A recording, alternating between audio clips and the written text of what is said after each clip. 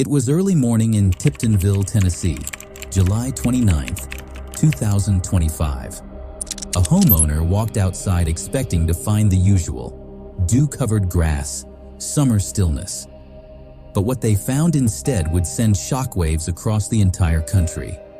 A 7-month-old baby girl, alone, wrapped in nothing but a thin blanket, placed in their front yard like a cruel delivery. There was no note, no adult nearby, just silence and a child too young to speak for herself. Moments later, 911 was called. Sheriff's deputies arrived. Medical teams confirmed the baby was healthy but dehydrated, but that was only the beginning. As officers began tracing the child's background, they made their way to a mobile home in the nearby community of Tigrett. Inside, what they found was beyond comprehension. 4 bodies, a massacre. All family members of the abandoned child, dead, executed, each shot multiple times. The victims were quickly identified. 62-year-old grandmother Courtney Rose, her daughter, 31-year-old Adriana Williams, Adriana's husband, 33-year-old Braden Williams, and Adriana's brother, 28-year-old James M. Wilson. A whole family gone, except for the baby. That child, rescued in innocence, was now the only known survivor of one of the worst domestic mass killings in recent Tennessee history. And the question echoed across newsrooms, sheriff's offices, and living rooms alike. Who could do this? And why spare the baby? Local authorities quickly realized this wasn't a random act of violence. This was personal, intimate. Someone knew the family. Someone walked through that door and chose who lived and who died. And so began a manhunt, one that has yet to end. Within hours of the murders, one name rose to the top of the suspect list: Austin Robert Drummond, 28 years old, recently released from prison, a former felon with a violent past and a chilling connection to the victims. Drummond had served time for armed robbery, assault, and weapons charges. His criminal record dated back to his late teens, with a reputation among law enforcement as unpredictable and increasingly volatile. But what made this case different, what made it personal, was the fact that Austin Drummond wasn't a stranger to the family. He lived with them. According to court records and statements from neighbors, Drummond was staying in the same Tigrett mobile home where the 4 victims were found. Some accounts describe him as a distant cousin. Others say he was a longtime family friend taken in after his prison release. Either way, the people he allegedly killed had opened their door to him, trusted him. Investigators now believe that trust was repaid in blood. After the murders, Drummond vanished.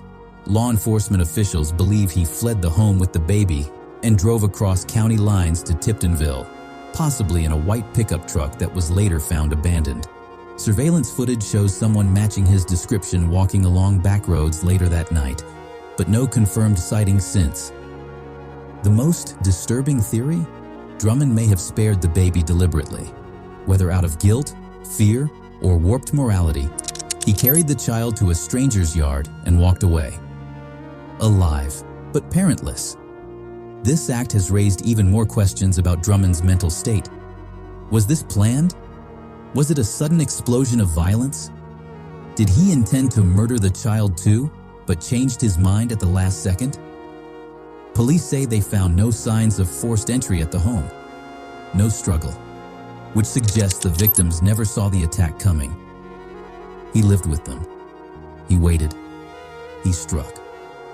Now, Drummond is the subject of a multi-state manhunt. His face has been plastered across social media, news broadcasts, and digital billboards. The Tennessee Bureau of Investigation added him to its most wanted list. A reward of $15,000 has been offered for information leading to his arrest. But days later, he's still out there, armed, dangerous, and according to those who know him, capable of doing it again. "He's a ghost," one officer said, "and we don't know how far he's willing to go." The search intensifies, but the deeper investigators dig into Austin Drummond's past, the more haunting the case becomes. Because this isn't just a suspect with a rap sheet. This is a man who was trusted by a family, then allegedly wiped them out, and left a baby behind as his only witness. The moment investigators identified Austin Drummond as the prime suspect, the case shifted from a local tragedy to a full-blown emergency. Officers from multiple counties mobilized. The Tennessee Bureau of Investigation joined forces with U.S. Marshals. A statewide bulletin was issued. And then, silence. No sign of Drummond. No credit card use. No phone pings. No social media trails. It was as if he'd vanished. The white pickup truck he was believed to be driving was found abandoned near the Reelfoot Lake area. Remote, rural, dense with swampy terrain and backwoods cover. Investigators feared he might be hiding in plain sight, using survivalist tactics or receiving help from someone unwilling to talk. The TBI issued a most wanted alert, and Drummond's face began appearing on digital billboards across West Tennessee. They described him as 5'10" inches, 165 pounds, with short dark hair, tattoos on both arms, and possibly armed with the same firearm used in the Quadruple murder. Tips began trickling in. One witness claimed to see him walking alone on a dirt road days after the murders, but the lead went cold. Another claimed he was spotted buying supplies in a rural store, but security footage was inconclusive. As fear spread through the community, so did pressure. Local sheriffs held press conferences. The governor's office was briefed. News helicopters hovered over farmland and wooded patches, trying to capture any hint of movement. Foot patrols swept through empty barns and creek beds. Police dogs were brought in, but storms later washed away scent trails. Despite the resources, Drummond remained one step ahead. Inside law enforcement circles, the case became a logistical nightmare. "We're not just hunting a fugitive," said one TBI agent. "We're hunting someone who knows the terrain, who blends in, and who has nothing left to lose." Meanwhile, the community braced itself. Schools went on alert. Families locked their doors at night. Neighborhood watches doubled their patrols. People weren't just afraid of what had happened. They were afraid it could happen again. As days passed with no arrest, the narrative shifted. Was Drummond hiding, or had he fled the state entirely? Some theorized he may have crossed into Kentucky or Arkansas under a false identity. Others believed he may have taken his own life in the woods, beyond reach. But law enforcement officials refused to give up. The U.S. Marshals increased their involvement, bringing in advanced tracking systems, drone surveillance, and federal databases to cross-reference leads. Still, no confirmed sightings, no contact, no closure. And the biggest fear remains. If Austin Drummond is alive and free, he may not be done killing. With a $15,000 reward hanging in the air and an entire region on high alert, this isn't just a murder case anymore. It's a test of law enforcement's reach, the community's resilience, and whether justice will ever catch up to the man who left a baby in a yard and a family in the grave.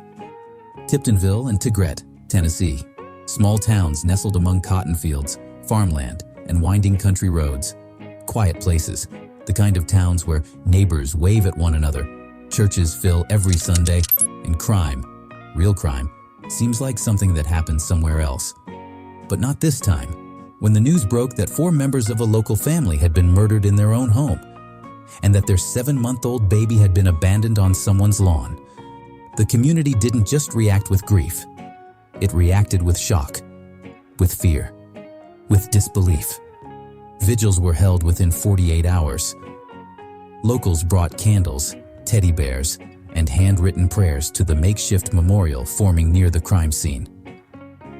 A cluster of crosses now marks the front yard, bearing the names of the victims: Courtney Rose, Adriana Williams, Braden Williams, and James Wilson. "They were good people," one neighbor told reporters. "They didn't deserve this. That baby didn't deserve this." The community watched in real time as investigators flooded the area, combing the land, knocking on doors, and asking questions no one wanted to answer. What do you do when a suspected killer is someone you knew? Someone who ate at your table? Someone you trusted? In small towns, everyone knows someone. And in this case, nearly everyone knew of Austin Drummond, or his family. Some had seen him just days before the killings. Others said they weren't surprised, describing him as quiet but tense, off, and looking like something was building. But no one expected this. The tragedy has exposed more than just grief. It's revealed a fracture line that runs through many rural towns, limited mental health resources, parole systems stretched thin, and a social safety net that's often more myth than reality. Why was Drummond, a man with a violent record, allowed back into a home with a child? Why wasn't his mental state evaluated more seriously after prison? And how many families are unknowingly taking in danger disguised as redemption? Church leaders in Tiptonville have begun holding town halls about violence, trust, and forgiveness. Grief counselors were brought into schools, even though the baby's older cousins were too young to comprehend what happened. A GoFundMe for the child's future has raised thousands, but no amount of money can return what she's lost. In the center of it all, a baby girl now lives in protective custody. A child who cannot speak yet, but whose future will always carry the shadow of what happened on that summer night. She was spared, but not untouched. And the towns of Tiptonville and Tigrett, they will carry the weight of this crime for generations. As investigators hunt for answers, the people here are already trying to rebuild. With locked doors, with uneasy prayers, and with a question that may never be fully answered. Why? As of today, the manhunt for Austin Robert Drummond continues. The Tennessee Bureau of Investigation, alongside U.S. Marshals and local law enforcement, has now entered its second week of tracking the fugitive. The reward for information leading to his arrest has increased to $15,000, and digital billboards across the state broadcast his face to thousands daily.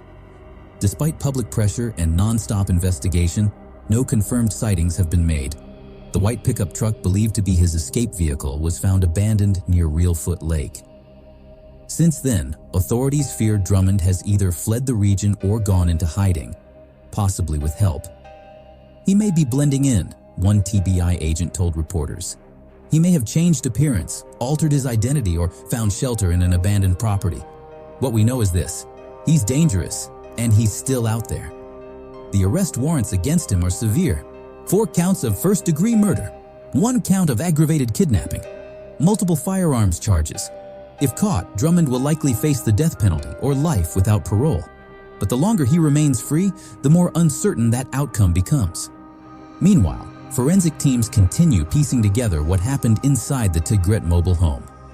Ballistic reports, autopsy results, and digital forensics will help prosecutors eventually build a timeline. But without the suspect, it's a puzzle still missing its final piece. Some believe the lack of a public motive may be strategic. Authorities have released very little about Drummond's state of mind, possible mental illness, or any signs of conflict with the victims prior to the killings. What little is known paints a disturbing portrait of a man who may have snapped, or he planned everything in cold blood. In the absence of closure, the community and the nation waits. The infant, now in protective custody, is being cared for by child services, while long-term guardianship is determined. Officials have not released the baby's name for safety reasons. But what is known is this: she will grow up an orphan, her parents, aunt, and uncle gone. Her home now a crime scene, and her story now the focus of headlines, YouTube documentaries, and breaking news alerts. For many, the case has become a symbol of deeper failures: broken parole systems, gaps in family safety, and the chilling unpredictability of violence from within. For others, it's a test of justice, a test yet to be passed. "We will not stop until he is in custody," said a U.S. Marshal. "He can run, but he can't outrun what's coming." For now, Austin Drummond remains one of the most wanted men in the United States. And until he is caught, the final chapter of this story remains unwritten. This is not the end. It's just the edge of it.